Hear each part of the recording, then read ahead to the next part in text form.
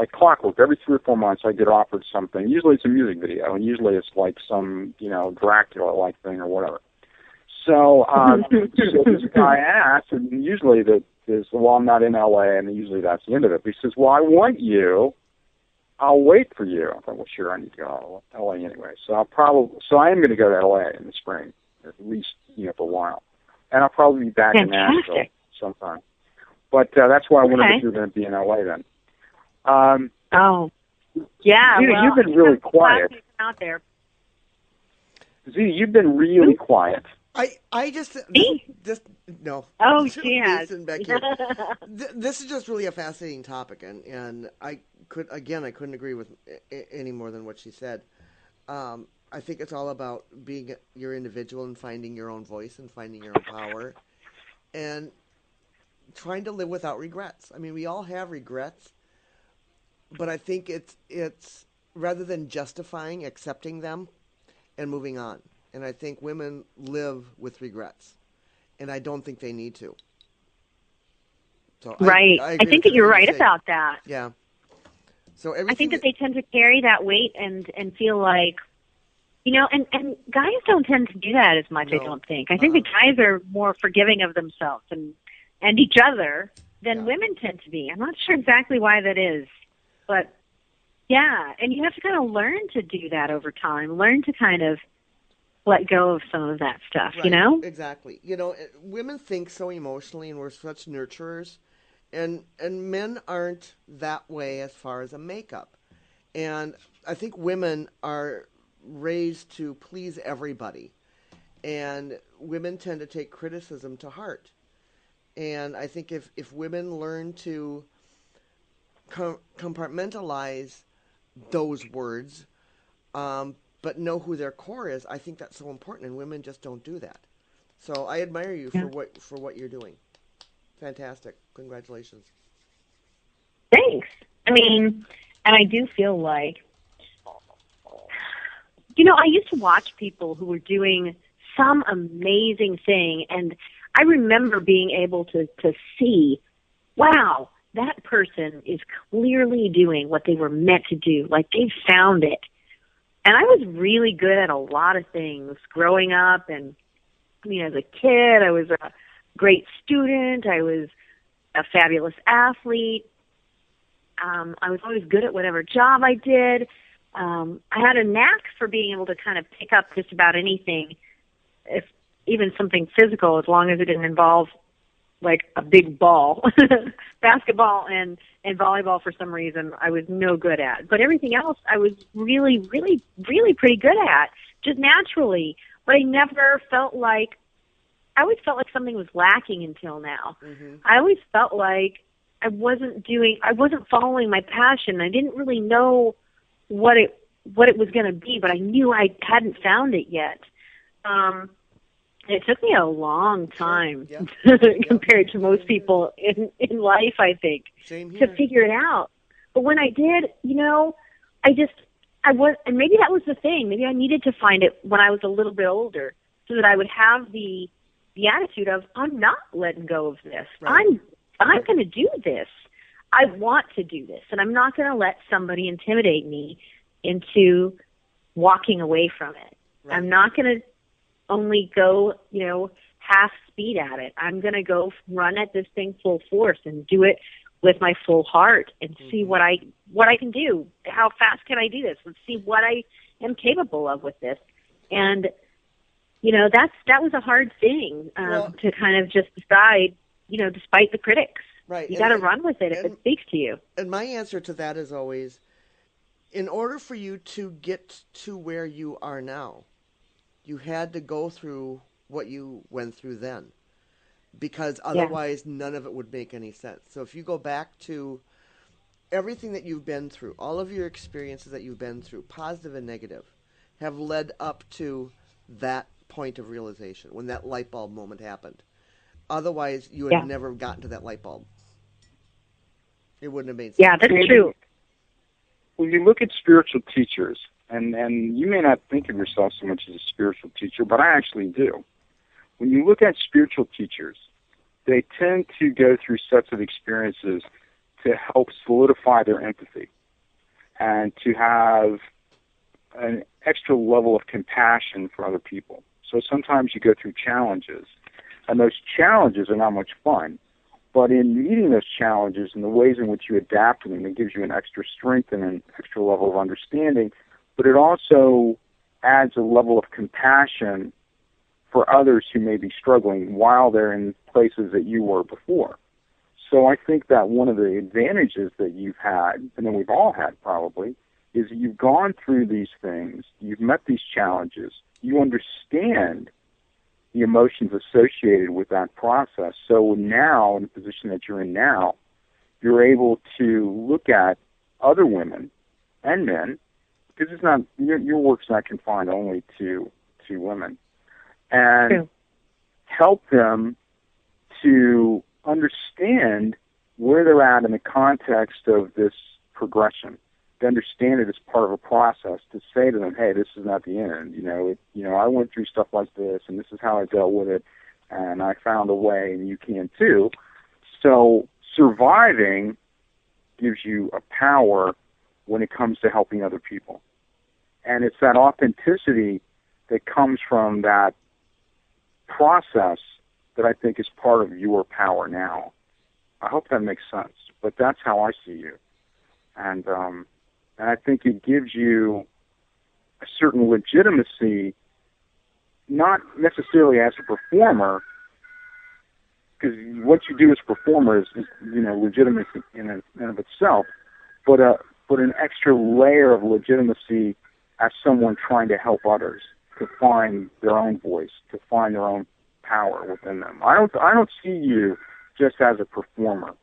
That's not how I've ever seen you. I've always seen you in this sense of trying to help other people. I mean, I don't know if everybody sees you that way, but that's how I see you. Thanks. Yeah, not everybody does see me that way, but I think the majority of people know.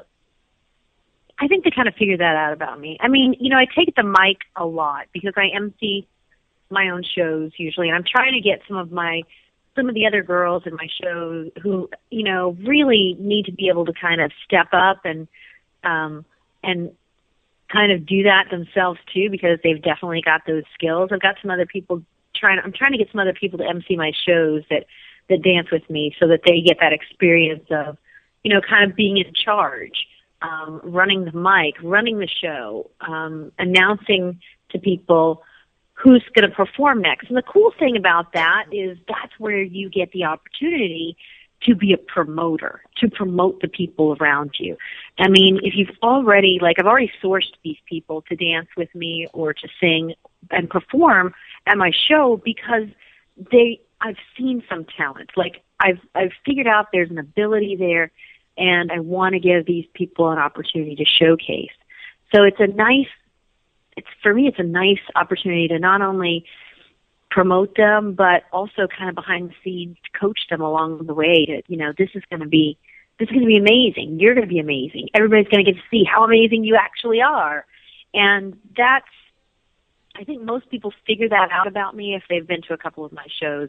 What a lot of people don't know about me is I was a teacher, I was a coach. I taught high school for 7 years. But, I wasn't a burlesque dancer at the time. But yeah, I think that I have that natural compassion for individuals, and I have a true desire to find out what people want to be doing with their lives and to help them make that happen, or give them some tools, or give them some direction.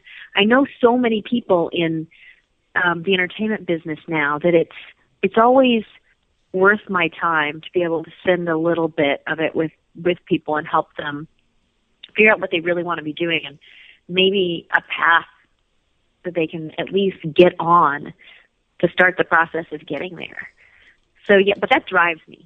I think that I like to say my personal mission in life is to help other people fulfill their dreams, and I really feel like I'm good at it. I'm good at that. If nothing else, I'm good at that. But I'm good at it because it drives me. Well, I mean, I think you're very good at it. Like I said, I've been fortunate enough to actually see you in action, and so I've seen it firsthand, and I've always had a certain sense of you that whatever. You know, I mean, I've always had my vision of you. I hope you've had fun. We're almost out of time. Is there anything, Shannon, that we haven't talked about that you want to mention in closing? If I overlooked something that's important that you want to talk about? You know, there's so many things that we could potentially talk about, and I just want to say, you know, if anybody wants to talk to me about either, you know, how do I become, you know, how do I get into this world, this entertainment world? If you have it in your heart and your dream is to be a dancer or to be a singer or to, you know, be a model, there are steps. There is a basic equation that can help get the ball rolling and get you started. You know, reach out to me on any of the pages that I just talked about, my Shannon Million page or my Burlesque Off Broadway page on Facebook, and I'm, you know, definitely happy to help anybody who's looking to become, you know, part of the entertainment process, especially in this town, because I've got a lot more connections in this town. But I do know people all across the country and all over the world. So I have been able to help people in some parts of the country that I didn't think that I actually could, you know. So it's funny when you start asking around, you know, somebody outside of New Orleans contacted me a couple months back and said she wanted to start modeling. She really, she had a good look, and I knew a way that she could probably get started, but she was not even in the city. And so it was a little bit of a challenge. You know, I had to network with my friends and people that I know in New Orleans, and kind of get her connected to some people that I probably wouldn't have met or found out about unless, you know, she had come to me and said, hey, what can I do to get started? So, yeah, I would just say follow your dreams, first of all, people. Figure out what your dreams are. That's the hard part. That was the hard part for me. And then, yeah, try to make it a reality. You know, at least you got to give it a whirl. Yeah, the decision is the complicated part. The rest of it's details. So, I mean, you know, the reason I have job security is that most people can't make the decision. But really, the decision is the magic.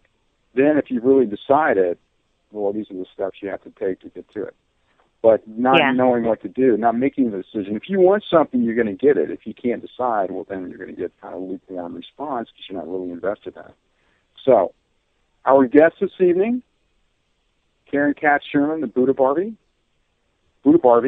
and the rock and pinup, Shannon Million, of course, the lovely, vivacious Vidas. My name is Andy Brewer. We will be back next week with two more beautiful, fabulous, amazing women. You notice there's a theme here. How did it happen? That would be Megan Rain and Laura Powers, who are both actresses, models, and professional psychics. My kind of people, and they both live in Los Angeles, so that will be next week. Once again, Shannon, what do you have going on this weekend? Stupid Cupid Burlesque Party and the Cupid Undie Run in Nashville, Tennessee. Fantastic. Shannon Million, the Rock and Pinup. We are here at Hazy Radio Network. We will see you next week, Monday, 9 p.m. Eastern, 6 p.m. Pacific, 8 p.m. Central. So everybody have a happy week. Shannon, I love you. Zita, it's always fun to hang with you. And we will see you next week. Have a good night. Good night, everybody. Kisses. Kisses. Bye.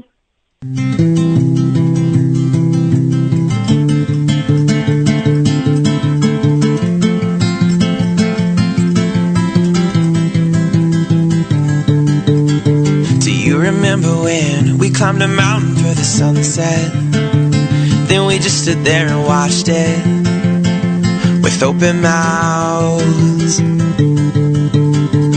Not a word was said, all of us waiting in the silence.